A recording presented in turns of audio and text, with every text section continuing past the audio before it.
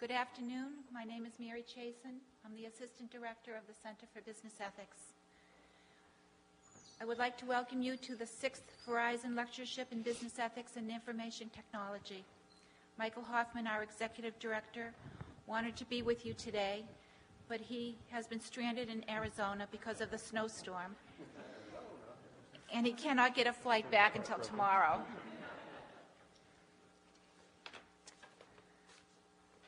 I am pleased to say that through Bentley's sponsorship with WGBH, this lecture is being filmed, and you will be able to watch it on the web by going to forum.wgbh.org. You will find this under the Business and Economics section, though it may take a few days to get this up on their website.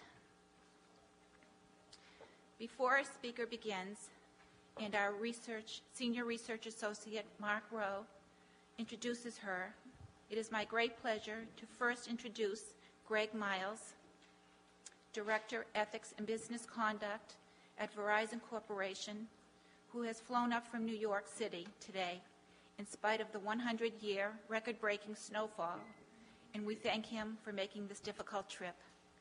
Greg?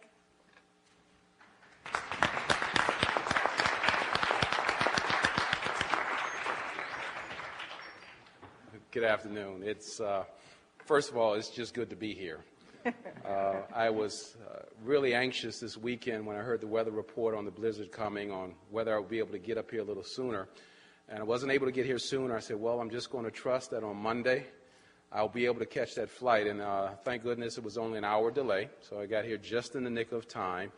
And again, I can't say how pleased and how very appreciative I am to be here. Verizon is very proud to work with Bentley College, to sponsor and to partner with Bentley College, and another one of the fabulous activities that they provide. I have been a part of working with Bentley College and attending some of their programs before, and so as you probably know, they do excellent work and outstanding efforts in actually bringing to the forefront the issues that are really paramount to you in the work world as well as in the educational community. At Verizon, we feel that it's just very, very important to make sure that we do business with integrity. We take customers being first to make sure that our company succeeds in the work world, but in order for us to do that, we think very importantly that we must have a corporate culture that is pervasive with an attitude of professional business conduct, and we have core values at Verizon which are integrity, accountability, respect, and performance excellence that we believe tie in to the kind of work that Bentley College is doing here. So again, it's my distinct pleasure and the pleasure of Verizon to be here, to sponsor and to partner with Bentley College. Actually, Bentley College has done everything here, is doing all of the work. We're just here and we just contributed a few dollars. That's all we did. Bentley is taking care of all the work, and I'm just as excited as you are to be here and to hear our lecturer. I was sharing with Professor Johnson earlier that my family is originally from Virginia. And if you've never been there, take a vacation and drive down to Charlottesville and visit Monticello and other areas and Thomas Jefferson's home and the beautiful mountains down there. It's a beautiful place to be. And I'm very much so looking forward to the lecture this afternoon and for visiting with you. And I wish you all continued success and keep up the good work, Bentley College.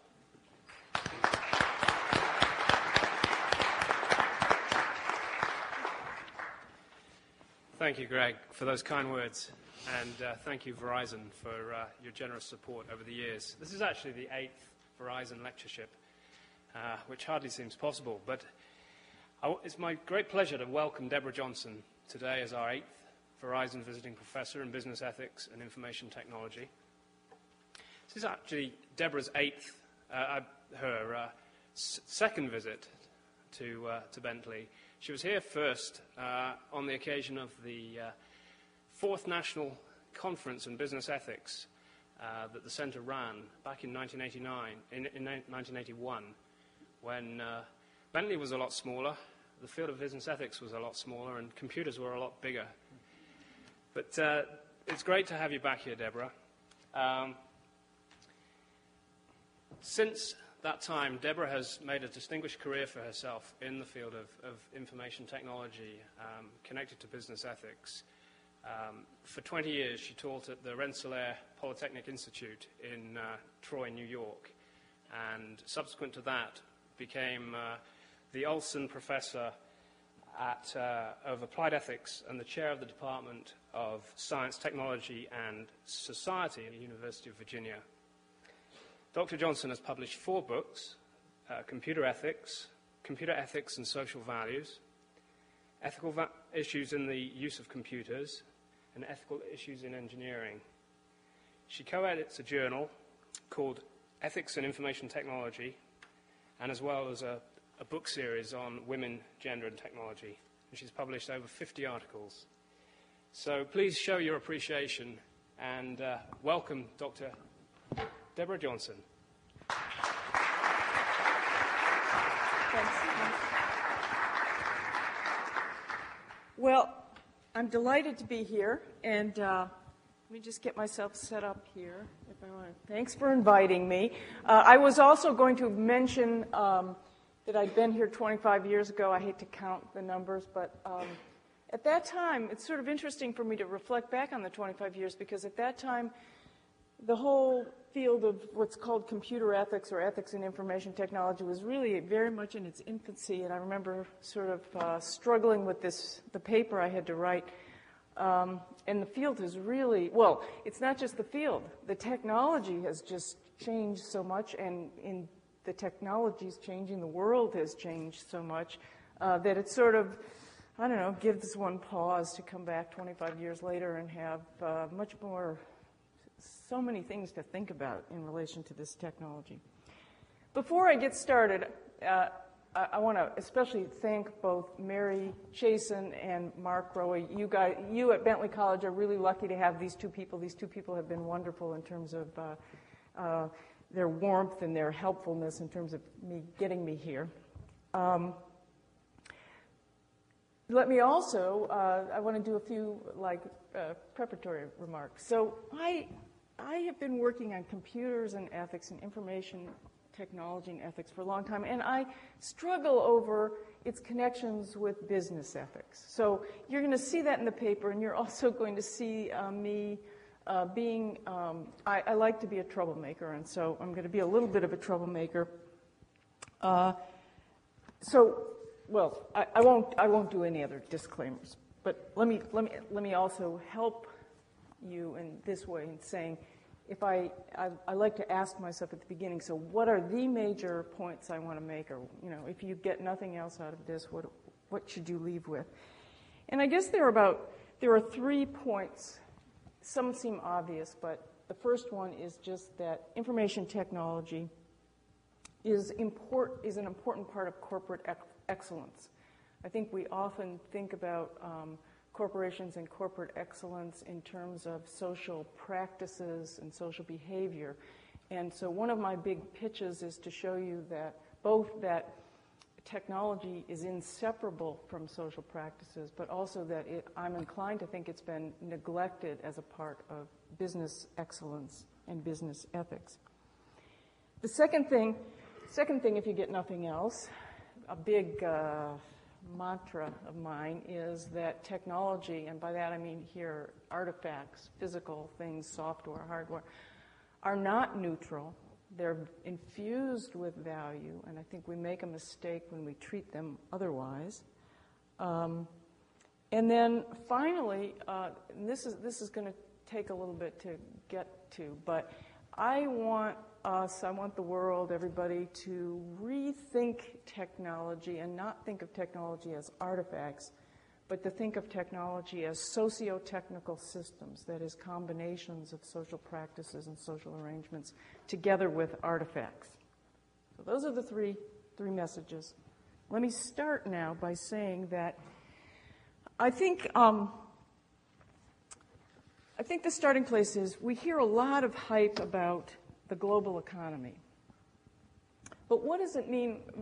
And to some extent, business ethicists have risen to the table and sort of asked, what is business ethics in a global economy? When corporations do business in a global context, their activities affect many more stakeholders. Stakeholders across the stakeholders across the globe, stakeholders with diverse social and cultural and political beliefs, and they encounter new competitors and a much more complex regulatory environment. These and other factors call for, I think, a rethinking of corporate excellence and a rethinking of corporate social responsibility. At the core of this either national but in particular global economy is a vast network, this is obvious, a vast network of computers, software, telecommunications lines, satellites, databases, protocols for communication and exchange, and much more. I'm going to refer to here to the information technology infrastructure for doing business. It's sometimes called the global information infrastructure. I think of this, and I want to suggest to you that you think of this as the body of the global economy. In parallel, I think information technology, along with other kinds of technology, can be thought of as the body of a corporation. Technology constitutes, it's not just used by, but it constitutes the material being of a corporation, the means and the material through which it performs its actions and engages in interactions with its many stakeholders. Corporations don't just, as I said before, use information technology, they are information technology. The technology shapes the nature of corporate undertakings. It shapes, in other words, it shapes what it is that corporations want to do. It shapes how they do it, when and where they do business, and with whom they do business.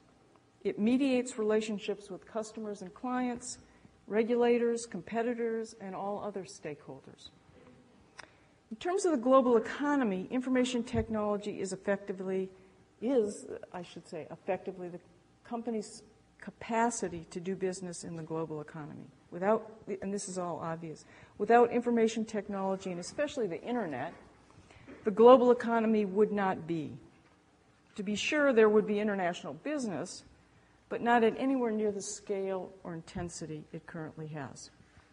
In fact, as an aside, I sometimes ask, or I think people sometimes ask, did information technology and the internet lead to the global economy, or at least the intensification of the global economy, or was it pressures from the global economy that led to the development of the global information infrastructure?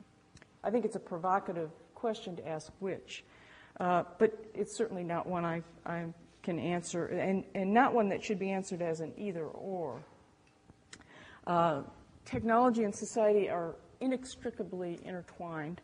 The character of technology and the character of social practices and social institutions and social relationships evolve in concert.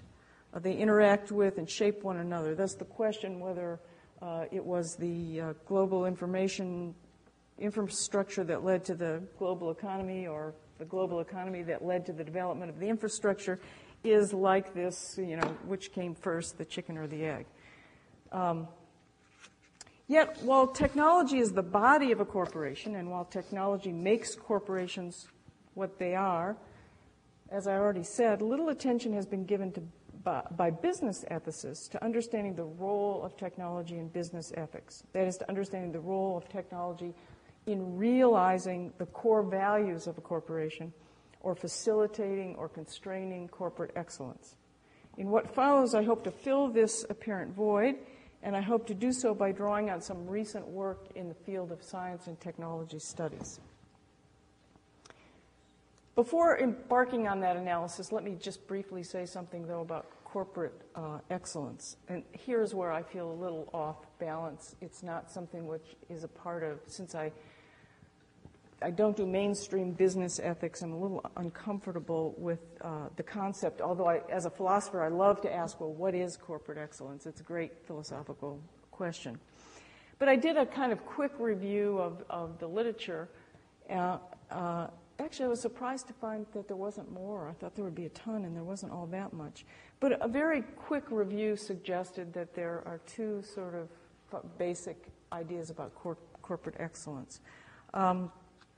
One emphasizes the combination of economic success and social advancement, or something like doing good while at the same time making money.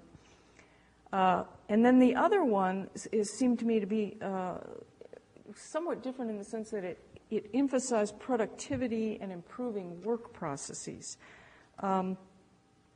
But I'm not going to try to choose one of those. I'm actually going to kind of leave that open. And I think that what I have to say about technology works either way. And I think, although it's harder for me to see the role of ethics in the second one, I think that it's fairly easy to see ethics in both of those. So here we go. That was all by way of introduction. What I want to do in this talk is draw on this field, this relatively new field that's called STS, or it's sometimes referred to as Science and Technology Studies or Science, Technology, and Society. The field has developed in the last maybe 20, 25 years. There are now a couple major journals. There's probably at least a half dozen graduate programs in the U.S., many more undergraduate programs. It's sort of growing in Europe as well. This field has taken on the task of trying to understand the complex relationship between technology and society. Scholars in the field examine the relationship between technology and social cultural values, social organization, social structure, and social practices. Broadly, what they do is they critique the belief, and this is important, they critique the belief that technology develops in isolation and that technological development follows a linear, logical order of development dictated by nature. In other words, the old way of thinking was that nature allows us to do things and technological development just follows this natural unfolding order. What STS scholars do is they emphasize the wide array of social and cultural factors and events that come into play in the development and endurance of technology. So while they hesitate to say, to claim that technology determines society, what STS scholars have tried to do is develop models and try to illustrate how we really have a co-shaping relationship. Technology shapes society, society shapes technology. They mutually shape, I think I have a slide here, they mutually shape one another and are so intertwined that it's really hard to separate one from the other. An important corollary of these accounts is that technologies that we have now are not the way they have to be, and they're not the only way they can be. Social, political, and cultural forces have influenced the development of existing technologies, and social will and power could make for different technologies. The co-shaping and co-construction theme is played out by different theorists in different ways, but whether the unit is a community or a domestic practice or a cultural notion or politics or business, attention to technology reveals that technology shapes the character of those social units. Langdon Winner has written a really very powerfully influential article that's called Do Artifacts Have Politics? And in this article, he argues that artifacts can't exist, they can't function without particular kinds of social arrangements. Hence, when you adopt a particular technology, you at the same time adopt a social order. He uses the example initially of nuclear power plants. That is, he says you can't have nuclear power plants unless you have hierarchical decision-making arrangements. It's pretty obvious you can't have everybody doing what they want to. You have to have ordered lines of authority. But he also gives examples, and these are the ones actually that have caught my attention and sort of stayed with me for years and years. He gives examples of artifacts that enforce social biases and agendas. One in particular many of you might have already heard of this, is something that comes up in a book, a biography of Robert Moses by Robert Caro, who talks about, Robert Moses was a developer, an urban developer in the 1930s who helped develop New York City and Long Island. And this is a controversial claim, but the claim is that when he designed the bridges in Long Island, these were bridges for roads that went to the beaches like Jones Beach, he designed them at a certain height. I forget what it is. I think it might be 13 feet or something like that. But the height that he chose was the height that made sure that public buses could go under them.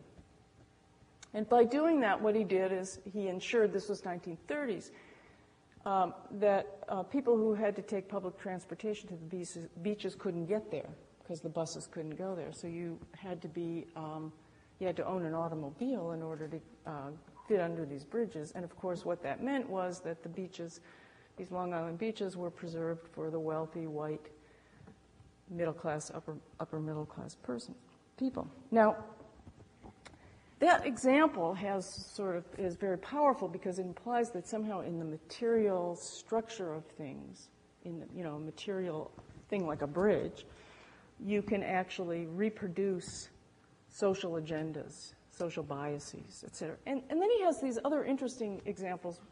If you don't like that one, and that one people argue with, he just talks about sidewalks and the disabled and how we're, by designing the sidewalks, assuming able-bodied people, we're discriminating against the disabled. And you design them in ways that make it very difficult for wheelchairs, for example, to go over. So the idea is that you can't separate artifacts, technology, from social arrangements. Now, to bring it a little closer to the topic for today, some of you might have read this book by Larry Lessig called Code and Other Laws of Cyberspace.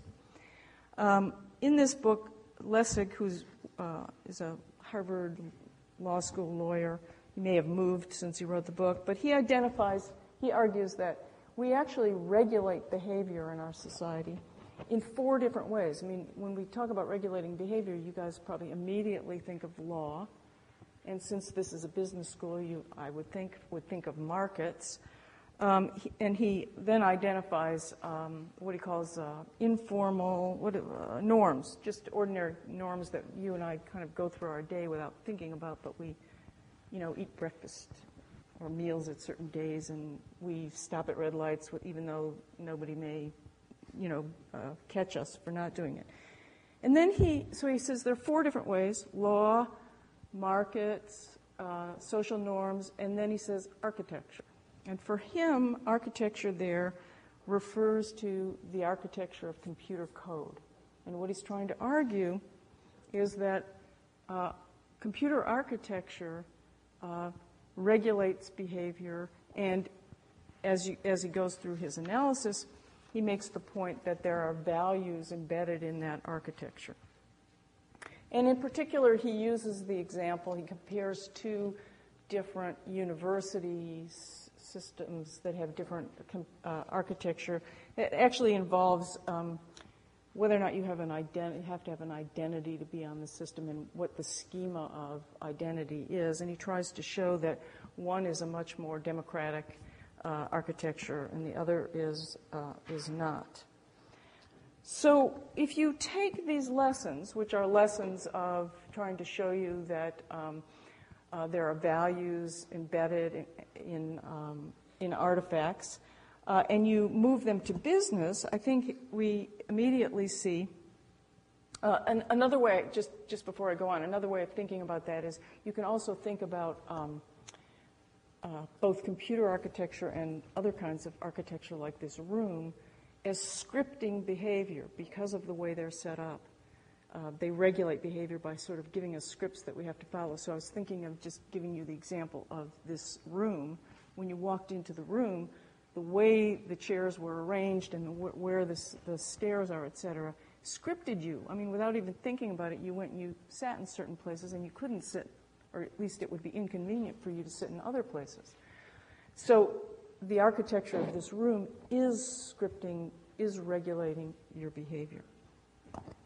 So all I want to do in the rest of my paper is take this now to business.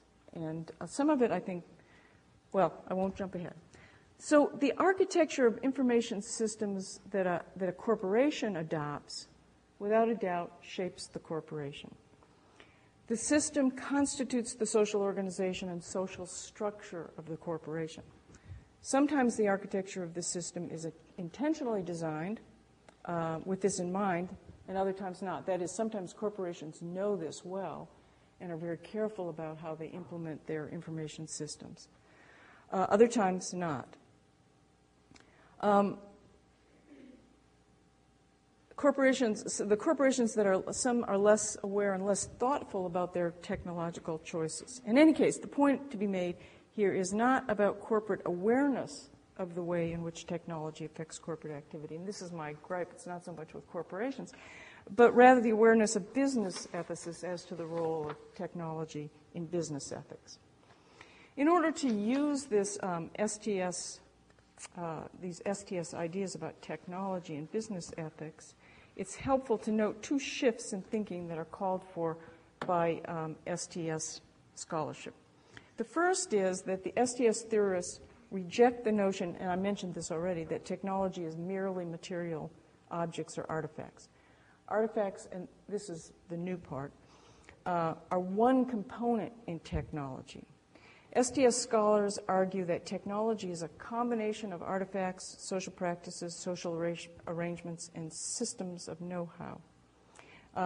An artifact alone has no meaning or function. It becomes something. This becomes a glass, and it becomes functional only through the social meaning and social practices attached to it. Artifacts can't exist, can't be used, can't have effects without social practices, without social organization, relationships, etc. Likewise, many social organizations or practices could not exist as they do without artifacts. Human-made material objects like this never come into being or exist in a vacuum. They're never used in a vacuum. They never have meaning or effects in a vacuum. They are created in a social context. They function in a social context. And they're shaped and reshaped around complex social practices. Interestingly enough, when you think about this, and really all I mean, I'm not saying anything mysterious, though for fun I like to think about it. You know, this can't be unless you think about the manufacturing plants, the fact that people had to show up on time, there had to be employer-employee relations, there had to be supervisors telling some people to do other, there had to be the material that was gotten out. This one's a better one. You could say we couldn't have, that Middle East politics are in a sense contained in this. This is part of that. And what I wanted to go on to say is, for me as a philosopher, what's interesting about this is ordinarily we think of this as hard, and then we think of things like Middle East politics or social arrangements as soft. But if you really think about what it takes both to create, to, make this, and then distribute it, and for me to sort of have meaning in it, and for me to use it, this object, the bottle, is an abstraction. We do this mental exercise of pulling it out, separating it off from all the things that make it what it is, that all the things that have to be in place in order for it to exist. And I'm glad it was created. So that's the first part, that technology should be understood to be a combination of all these things. We shouldn't, I think when we push all those things out of sight from this thing, we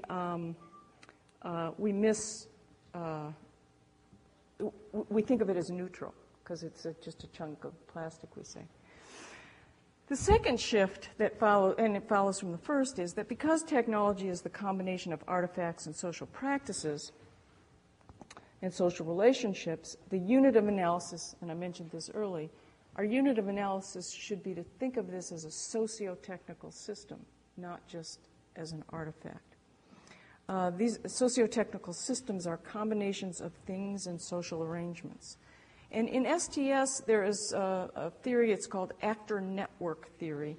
They argue that technology should be viewed as systems or networks. Most importantly, they emphasize that both nature and artifacts exert influence in the system. So just as the behavior of humans in the network exert influence, the artifacts exert influence. This thing really does influence what I do when I'm standing up here and how I behave.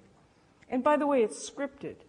So it tells me to, put it's designed in particular for my hand, and it excludes, by the way, other people who have smaller hands and so on, or don't have hands. Most importantly, STS scholars emphasize that, I got that. So actor network theorists propose that we think of all the nodes in the network as actants. No one actant should be more privileged than the other, so we should pay attention to this when we're designing socio-technical systems. In focusing on technology as a network or system, we're able to see how technology and society are intertwined in this thing. So but this I know is sounding very abstract, so let me give you an example. Let's talk about an IT system, and I'm going to talk about workplace monitoring. Actually, workplace monitoring has probably received a lot of attention in business ethics, though the attention is usually focused on privacy issues, and so I want to take a little different take here. Consider a workplace monitoring system that's adopted by a corporation for use by those who supervise employees who are doing work on computers. Note first that the monitoring system can't be thought of merely as an artifact, or even merely as several million lines of code. The lines of code can't do anything alone. The idea of a workplace monitoring system doesn't have any meaning except in relation to companies with hierarchical organizational structures that value efficiency and control. Of course, the lines of code also require for their usefulness other artifacts, most importantly computers with particular configurations. The software and hardware together require extremely complex social organizations to manufacture and distribute them.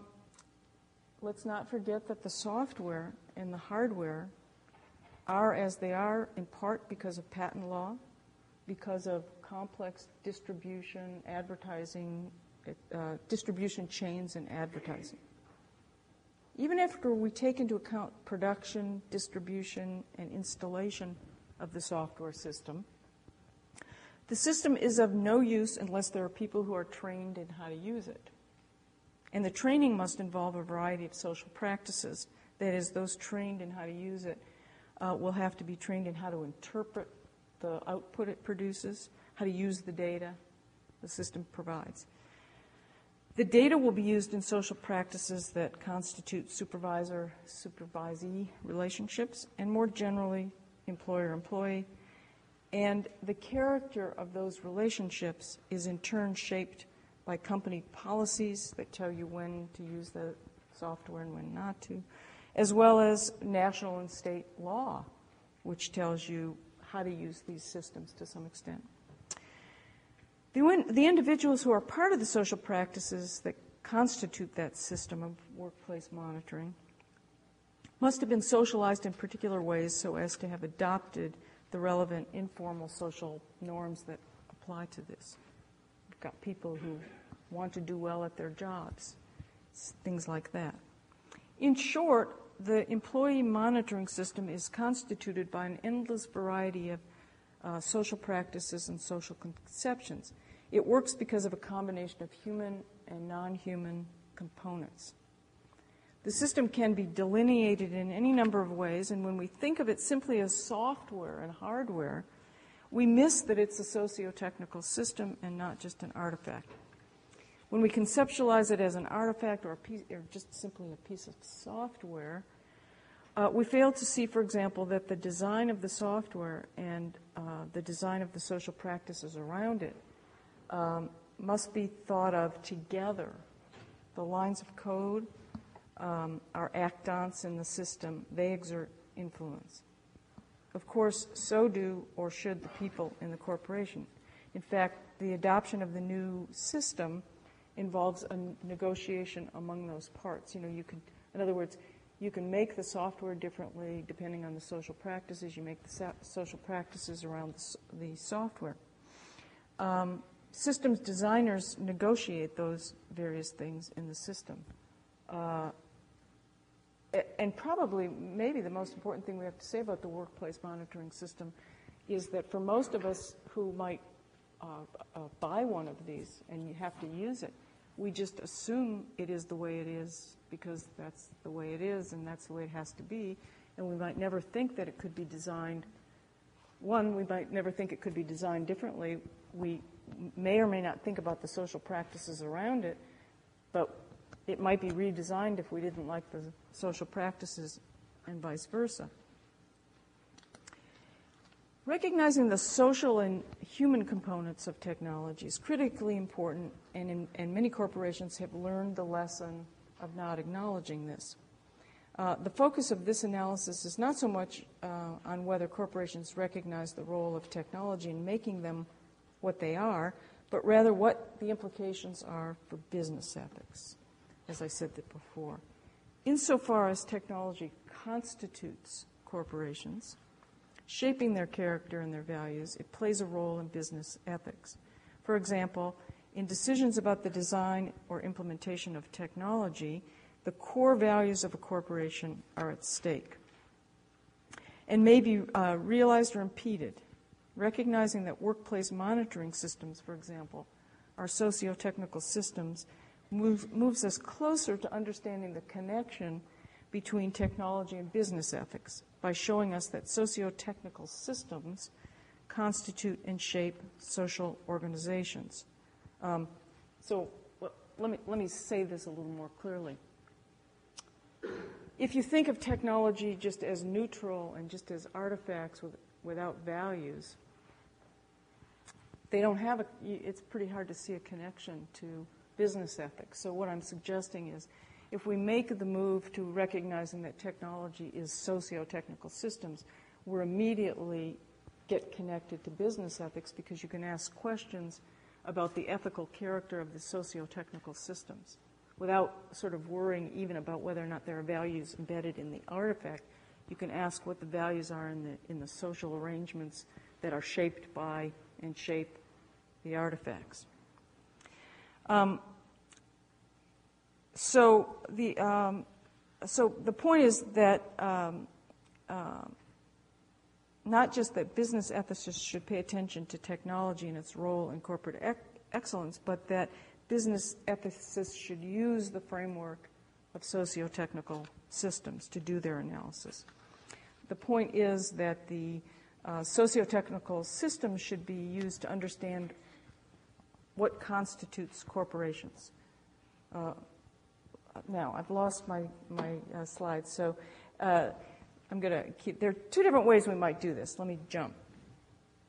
So I'm arguing here that business ethicists should pay more attention to technology and its role in corporate excellence, and that they should use this framework for socio-technical systems. Now, I'm probably speeding through this, but I want to suggest that there are two ways to do this. The first way is what I'm trying to suggest is that corporations are just multiplicities. They're constituted by these socio-technical systems. And the other thing which I've alluded to is that corporations themselves are socio-technical systems. Corporations are combinations of things and people. They're buildings, machines, telephones, the internet, heating systems. We can go on endlessly.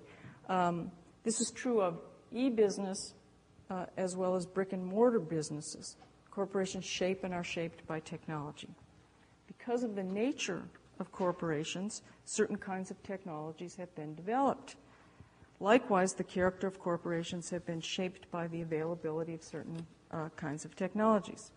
I I made the reference earlier to the internet, and just showing that the nature of business has been changed by the presence of the internet, but there were already trends pushing the development of the internet. Actually, if any of you know the history of the internet, it was developed for completely different purposes, but business saw in it this potential for the global economy.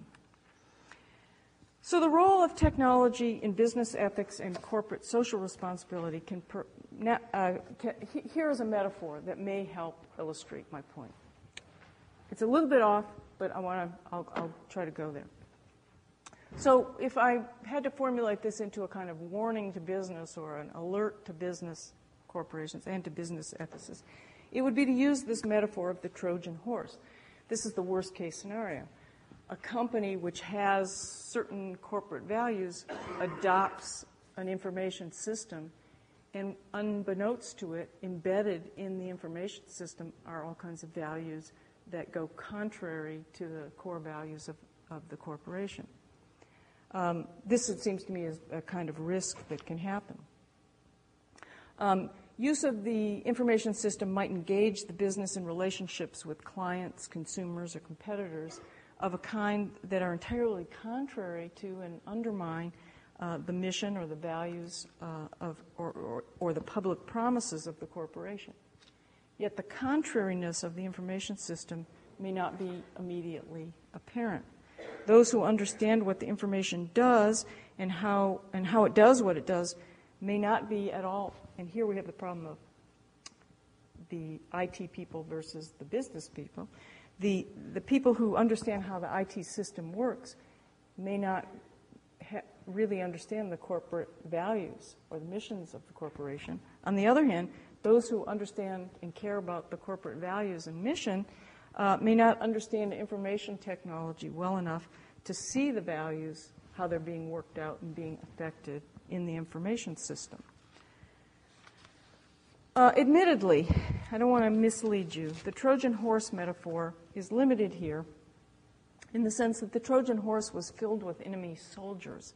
And I don't want to be claiming that information systems are enemies in the sense of being intentionally directed at undermining corporations.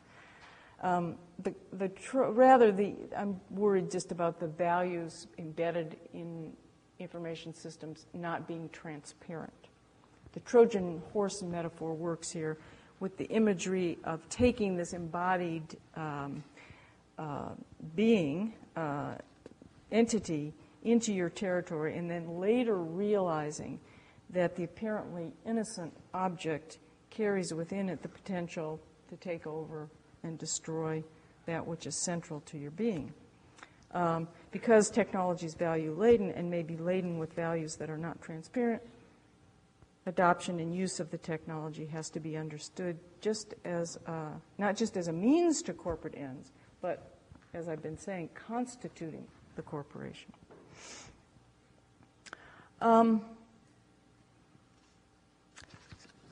So I want to now do one other thing. So the lesson is not that you shouldn't let horses into your city, but that you should be careful about which horses you let into your city. The horses aren't neutral. They can promote or detract from business ethics and business excellence. So I'm going to now rush through the next part of mine. So the next thing I wanted to talk to you about, and I'll try to do this fairly quickly, is another way to think about this is to think about the fact that when you adopt information systems, in particular computers, often what happens, not exclusively, but part of what happens is that computers take over. There's a redistribution of tasks, and with the redistribution of tasks come a redistribution of responsibilities. I don't want you to worry about the fact that part of what happens when you adopt computers and information systems is not just that computers take on tasks that humans were doing. Very often they do tasks that humans weren't doing because businesses are now able to do things they couldn't do before. But one way to think about these sociotechnical systems is to think about tasks being distributed among human and non-human actors in the system. And here you can think about the system either as a business or a section of a business. I'm a little worried about time, so I was going to give you 3 examples, and I'll try to do this as quickly as I can. The automobile repair example is pretty obvious. You guys should be familiar with the fact that when computers were introduced into the automobile repair business, it meant there was a shift in what the human mechanics did and what the computers did. And all I wanted to do there was sort of point out to you that that ended up changing the very nature of how auto repair mechanics interact with clients, or how those businesses interact with clients. And it facilitates in some ways and detracts in other ways. Perhaps a more dramatic example is the air traffic control system, where you now have, where you had in the past humans standing in the tower looking and figuring out everything. You now have very complicated computer systems helping track airplanes. And I'm not, of course, criticizing this, because those systems, I think, probably lead to safer air traffic. But there's a shift in the nature of the tasks that the air traffic controllers do, and there are real serious issues of responsibility that come up. The big one is that you now have human beings, individuals, who are making decisions based on information. Computers are making some of the decisions too, and there's a kind of issue about responsibility. In other words, you can redistribute tasks, but how do you redistribute responsibility? One of the problems that I've been sort of addressing for 20 years now has to do with the fact that when that happens, you've got individuals who are making decisions on the basis of output from computers and in relation to what the computers are doing, who don't necessarily understand or understand very well what's going on in the computers, and yet they've got to make decisions on the basis of that output. An example closer to home might be if any of you are going to work in the investment industry, where you have to make decisions about whether to buy or sell stocks or what portfolios look for. You're going to make decisions on the basis of these models, which tell you important information about how risky an investment is going to be.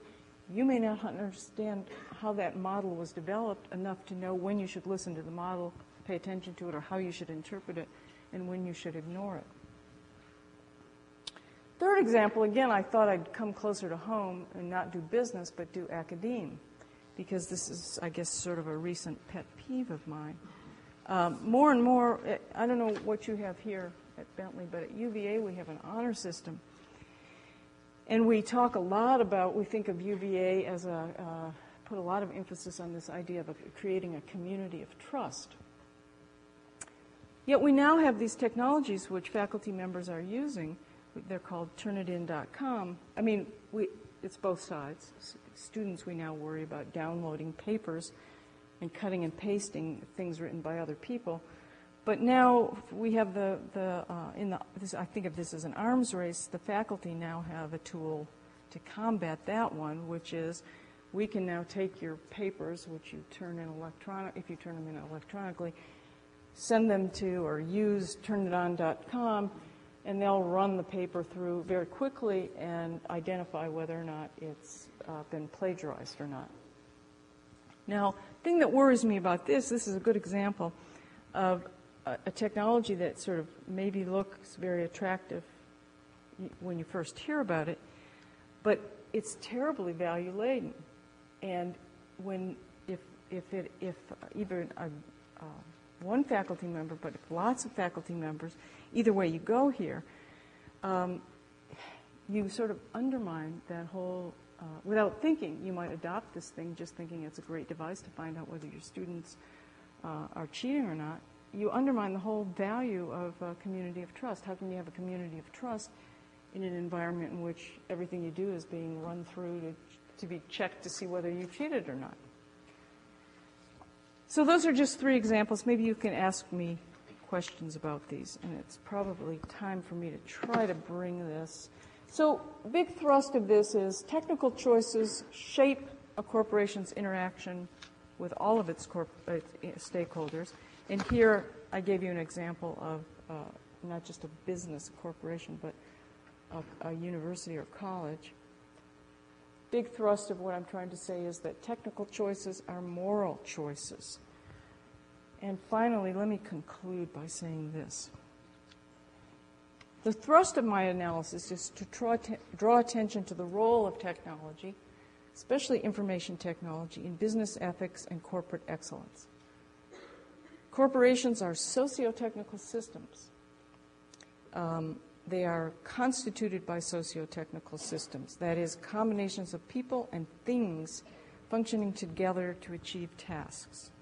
This means, among other things, that artifacts are implicated both in corporate wrongdoing and in corporate excellence. I didn't talk enough about the corporate wrongdoing, as well as an abundance of corporate behavior that falls in between. It means that information and communications technology, as well as other technologies, are key components in what a corporation is and how it relates to its stakeholders and how it fulfills its social responsibilities. To achieve corporate excellence, attention has to be paid to the bodies of corporations, that is, to the technologies that make corporations and the values embedded in those technologies.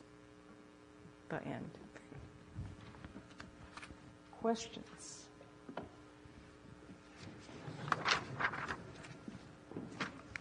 Thank you very much. Yep.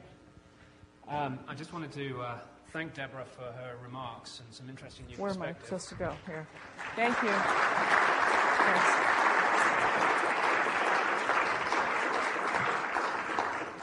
Also, some of you, I know, will have to leave before the Q&A finishes, and we won't take it personally. If you could just do so as quickly and as quietly as possible, we'd appreciate that. Also to say that there will be a buffet, public reception in the foyer area after the Q&A. And if Deborah would be good enough, we have time for about 20 minutes of Q&A. Yeah.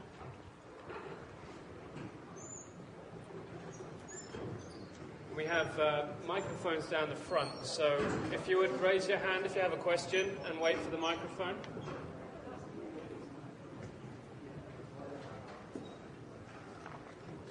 Thank you, Professor.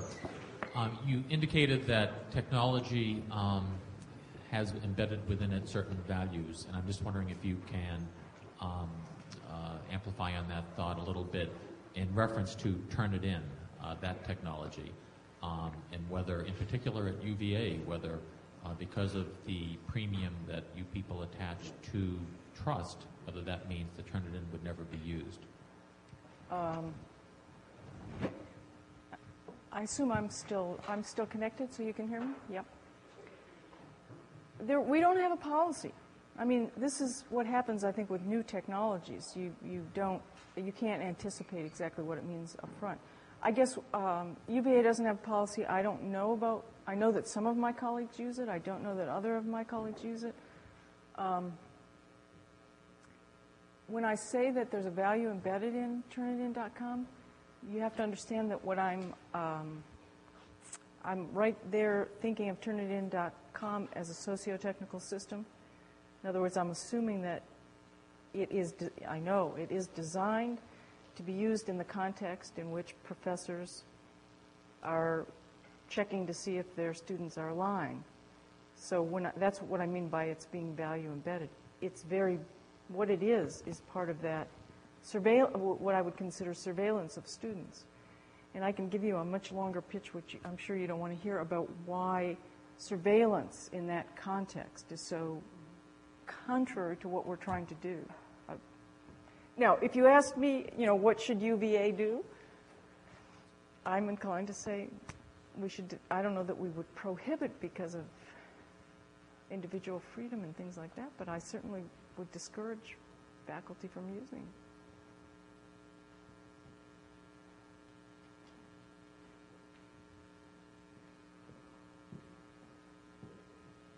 Was that an In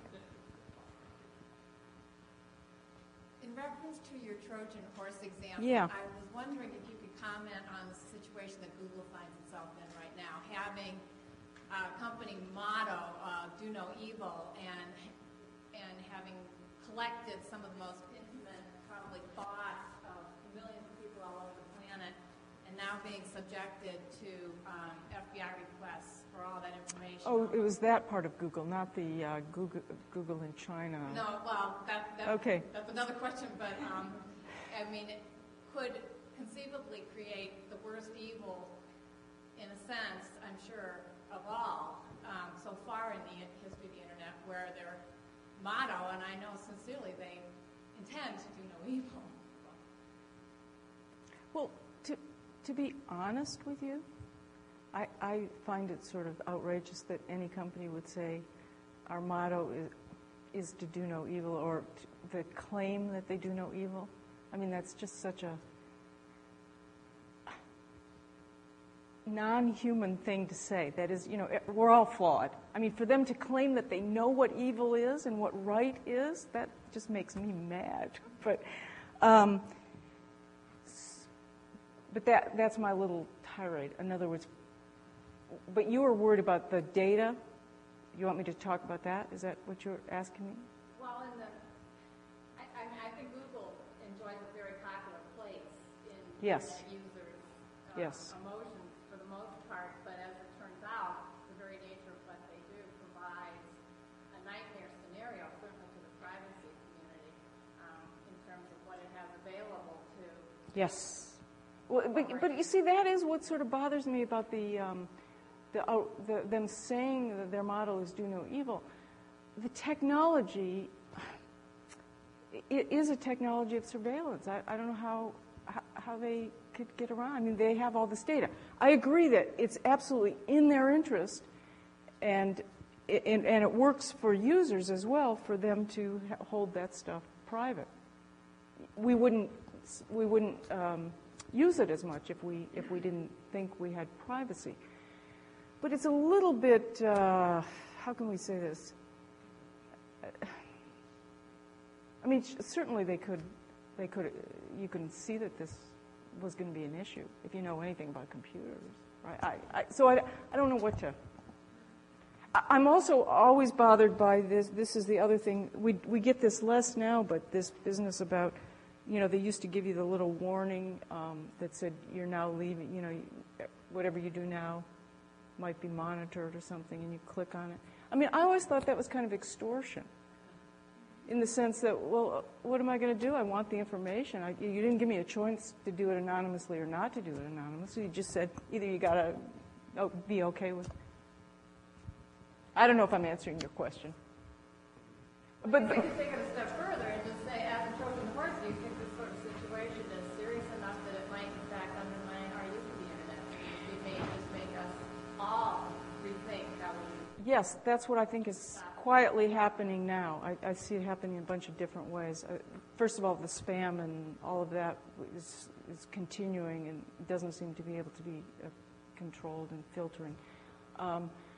But I also think most of us are. I think there is a kind of naivete. I mean, we really should, and people are encouraged in that naivete. Everything you do, certainly at your university, can keep track of everything anyway. You know, whatever your ISP is.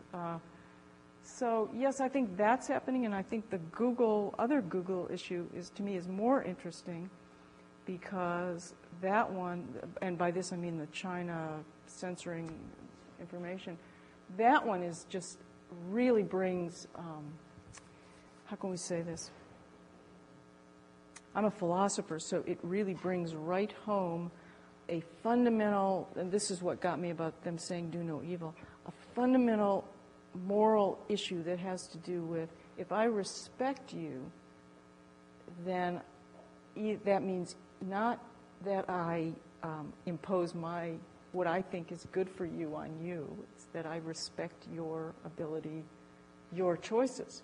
So if we respect, in this case, another country and their values, why should, so in this respect, Google, I think, did the right thing, actually, by doing China Google the way China wants Google done.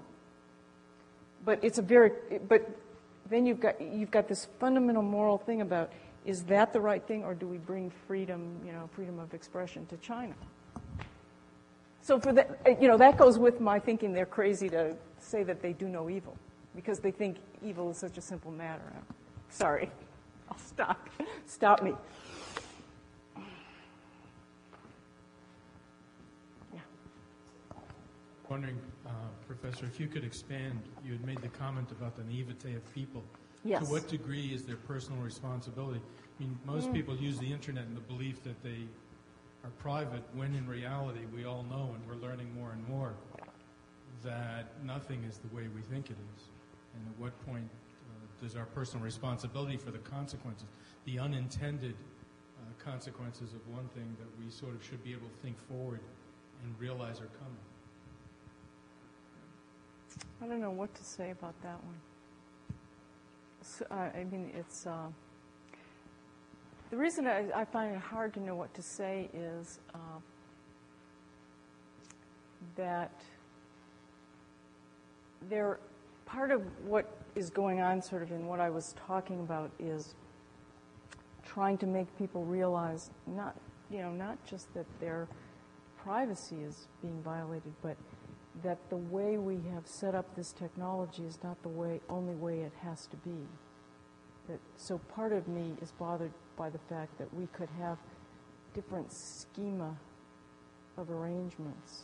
We could have the internet could be different. The whole arrangement of ISPs and all that could be different. So how much of it I don't know is personal responsibility, and how much of it is these decisions, these design decisions that were made sort of, I don't think necessarily with public interest in mind. Is that too abstract? No, I think it raises also the issue to what degree are the public enablers of a system they now may not like or has been inimical to their privacy because they've allowed it to develop. Oh, I see. Yeah, well, now we're into complex issues about markets, right? In other words, consumers chose this, is what you might be saying. But did they choose knowingly? Can you choose knowingly? And what I want to say is that consumers were given very few choices. They were kind of brought in late in the game, is what I would say. And that it hasn't been a very free market, but I'd probably get myself into big trouble that way. I don't know the answer to your question. It's a good one. But in general, I'm for much more participatory design decisions, and I don't think that we've had much of that in the case of this technology. So, yeah.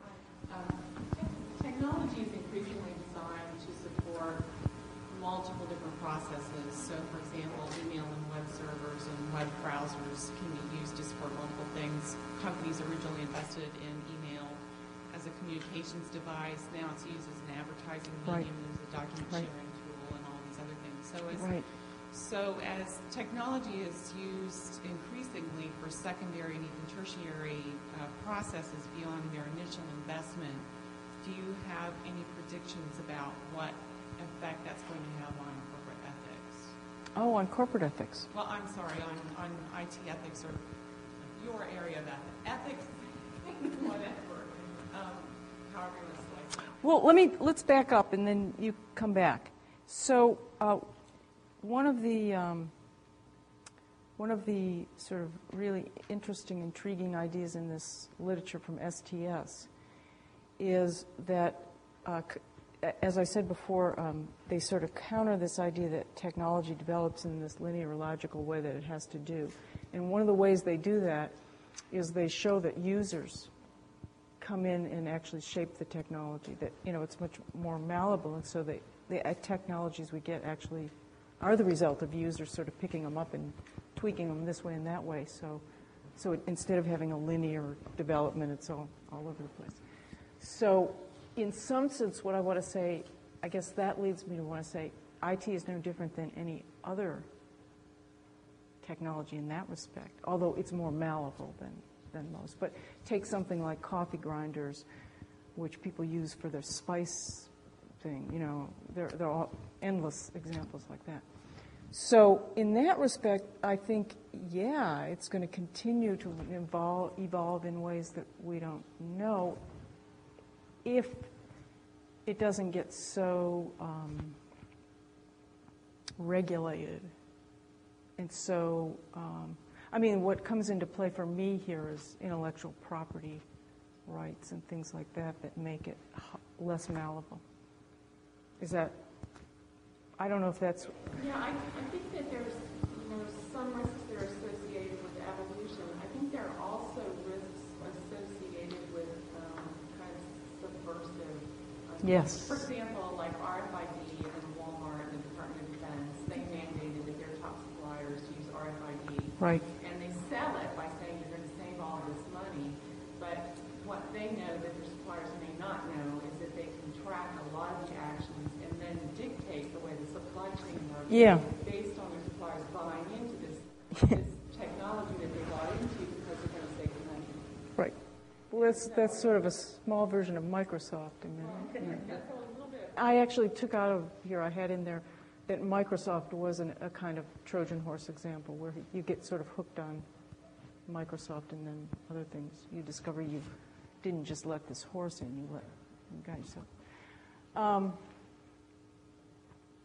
But there are so many trends in that going on there, so I don't have any predictions, except I do think unfortunately, more regulation as far as I can.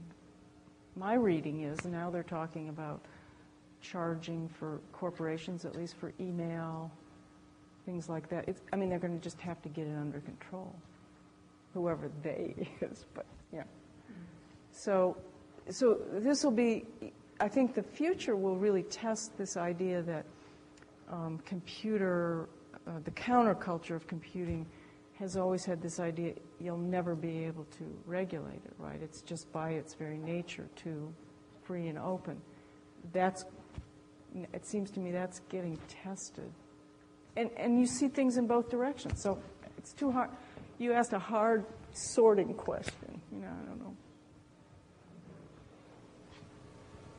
Deborah, just as a follow-up to that question, specifically I wanted to ask you about trust and the role of IT in possibly restoring trust. Yeah. You talk a lot about the role of IT within the corporation, but how does IT reach out to the different constituencies of the corporation and within the corporation to build what seems to be missing? We've kind of, IT can sort of depersonalize things, and that can make it easier for people to behave unethically. So how do we sort of shift that balance back so that it's focused on human relationships? I don't know. Well, I'm not sure I'm getting you. Let me try this. There is something, and I don't know exactly how to say it. There's something. I want to say something like the bad part about, or the mistrust part of IT has to do with the invisibility of what's going on. But the technology also has this capacity for transparency, right? For having information posted and more information, et cetera. So in that respect, it has some potential there to re-engage trust. But when you went to sort of personal interaction, that one's much harder for me to, I don't know exactly what to do with that. Of course, interfaces and all of that are getting better and better, so we'll be able to have visual images of each other while we're talking to each other. Whether that will do it, trust is tough. Apparently. I've actually tried to work a little bit on trust and things like anonymity, and what you discover is that you're trying to understand the difference between trust in face-to-face communication and trust in mediated communication. Well, it turns out trust in face-to-face communication enormously complicated. Often we get it all wrong. Mostly we get it all wrong, probably, except in a few relationships. So to try to understand how trust works there and somehow understand how it might work in this, of course, there's going to be digital signatures and things like that that will make commercial trust relationships possible. But there is also, I mean, the thing about modern technology is it makes us more and more interdependent. So those systems of trust really mean that we as individuals have to depend on these institutions and this complexity that we don't understand. So, which is also true one-on-one, but you all asked really hard questions. It's not fair. Probably have time for a couple more, if anybody else has a question.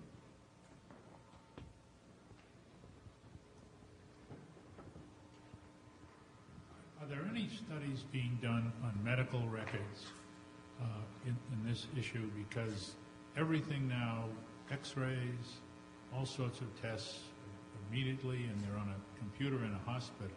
Yeah. And transferred out, and whatever I sign evidently lets them send it any place for any reason. My understanding is that, not my territory, but my understanding is that this is one of the most studied area, and that this is one that's up for legislation.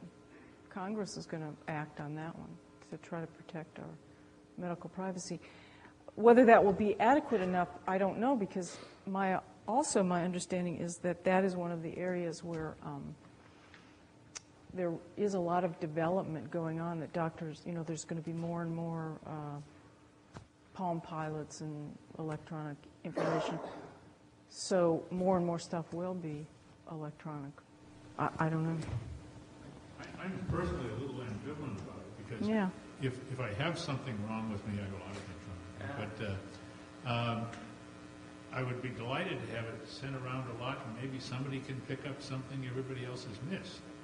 I really don't have that much concern about at this age anyway, the privacy of my medical record. Well, you're thinking of people seeing it who might help you, but there are also people that might use it in ways that you wouldn't be happy about, right? To stop your insurance, or to not hire you, or to not whatever. And depending on what's wrong with you, so all the stigmas and things. So very complicated. I mean, and again, for me, if I had to say one thing in terms of this value-ladenness, and it's to get you to focus on design. So for me, this medical record thing, however I feel good or bad or whatever about it, a lot of it really will have to do with the design, in the sense that some of the schemas that they're talking about are schemas in which you will control your medical records, because they'll be put on a little chip that will be fingerprint sensitive, so that only you will be able to have access to that information. It won't be the doctor, or it won't be a server, it'll be you, or maybe it's both. But there's a big difference between that, where you have the data, and your fingerprint is needed, versus the hospital, or your doctor's office, or Health and Human Services having it. So for me, it's really interesting to think about the different designs, which we're often not asked about. I mean, we, the public, are not asked about the schemas for these things. It's usually the insurance companies trying to figure out what's going to make their job easier, or hospitals trying to figure out,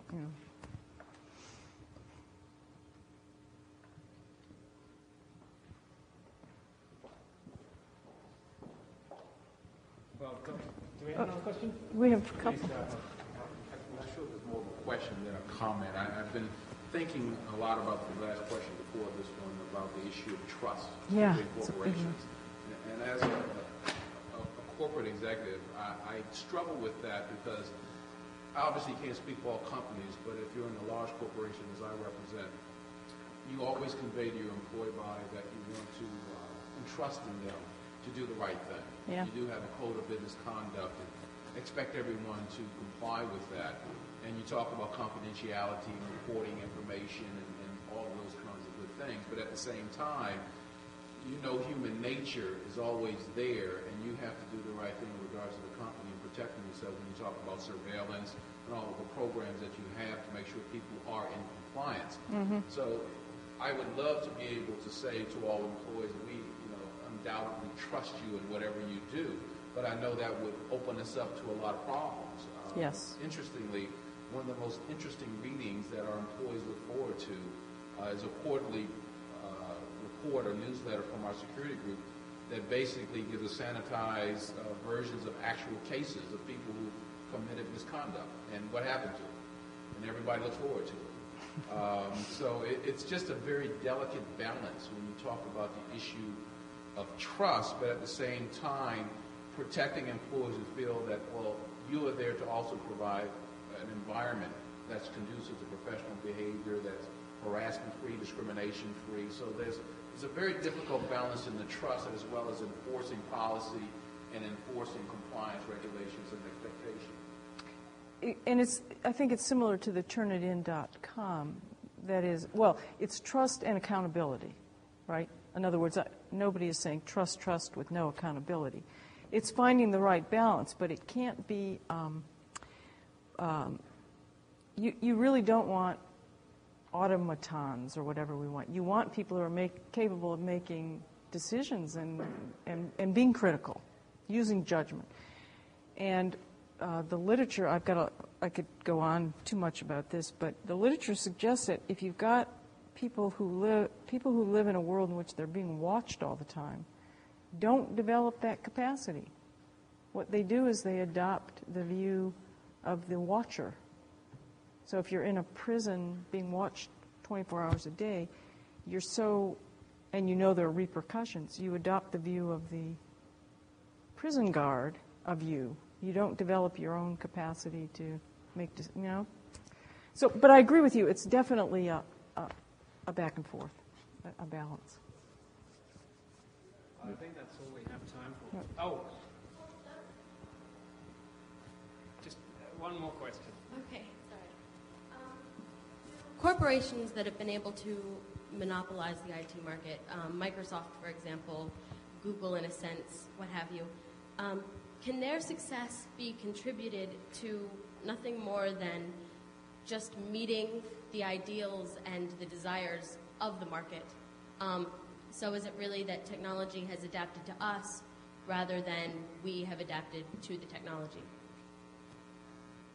I think it's you said Microsoft. I mean, Microsoft is generally put up as the example of a company that's managed to succeed without serving its customers very well, right? So I think that is a good example of how we've accommodated to it. That is, it offers us certain benefits with certain costs. And since nobody else sort of was able to get in there and offer us the same benefits with fewer costs, we accommodate. So, well, who knows? I don't know exactly how to characterize the Microsoft. But, yeah, that's a good example of the company shaping the consumer rather than the consumer shaping the company. Yeah, that's good. Well, it's been a real pleasure to hear you, Dr. Johnson, and I'm sure we're all grateful and think about your remarks. Thank you. I enjoyed it.